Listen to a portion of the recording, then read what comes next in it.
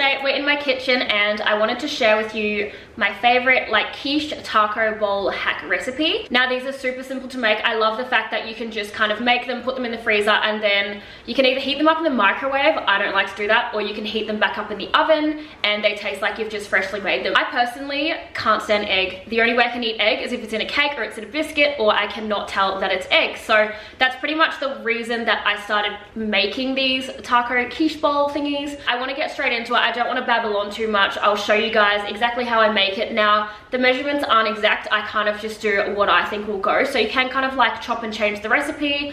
You can also add in bacon if you wanted to, or like any meat products or anything else that you would like to put in your quiche. So first what you want to do is just preheat the oven to 180 degrees. Alright, so the ingredients you'll need is these little taco bowls. You can get these from like Woolies or Coles or your supermarket, and this comes in a pack of 12. These are the mini ones. So next you want eggs. I've just got little free range eggs from Woolies. There's 6 there. I'm probably going to use 2 to 4 maximum. I'm not a big egg person. Next what you want is baby spinach. I've just got the smallest pack I could find, which was a 60-gram serve. I also like to add in some tasty cheese, so I've just got some shredded cheese there. Also got some salt and pepper, which I don't need to show you guys. So first up, what you want to do is just pop your spinach leaves into a little pan, and I've just got this one on a low heat. This is what the spinach looks like once it's cooked. You want to make sure you don't overdo it. Now I'm just going to crack 3 eggs into the bowl.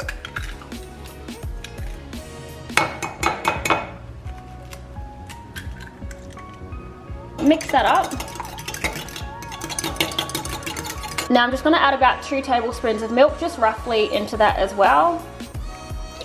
And then I'm just going to add some salt and pepper.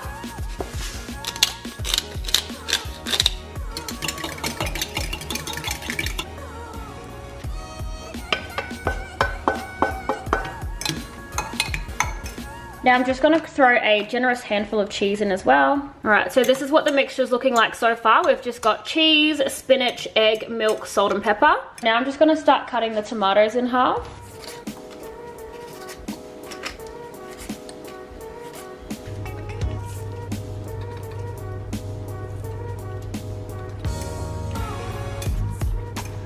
So as you guys can see, it's mostly ingredients and only a bit of egg at the bottom.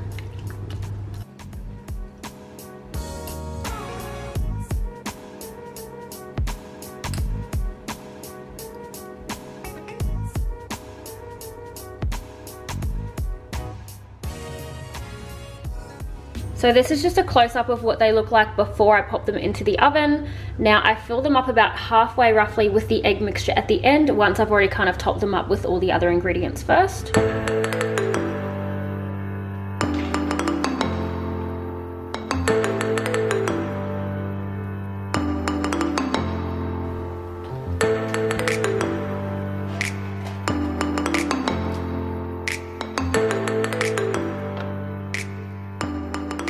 Alright, so I've just taken my little quiches out of the oven. They look so delicious. Now one of my favorite thing about these quiches is you can just pop them in the freezer. So I like to use like little Ziploc bags. I pop them in the freezer, and then when I want to have one, I'll just lift 1 or 2 out. I find that they taste a lot more fresh if I reheat them in the oven. I don't actually thaw them out either. I just pop them in frozen. I'll put the oven on 180 degrees and I leave them in there for about 15 minutes or so, just keeping my eye on them to see how they're looking. I'll also put all the ingredients and the cooking instructions in the description box down below, so if anybody decides they want to make these again, you don't have to sit through and watch this video again. You can just jump straight to that description box and everything that you need will be right there. Make sure if you decide to recreate this recipe, you let me know how it turned out, and don't forget you can obviously add in whichever ingredients you like. You can put peas and corn in, capsicum, bacon, anything that you want in your quiche. I just do mine quite basic, and that's how I like them. If you did enjoy watching my little cooking tutorial today, then don't forget to hit the thumbs up button, subscribe to my channel if you want to see more videos from me, and I'll see you next time.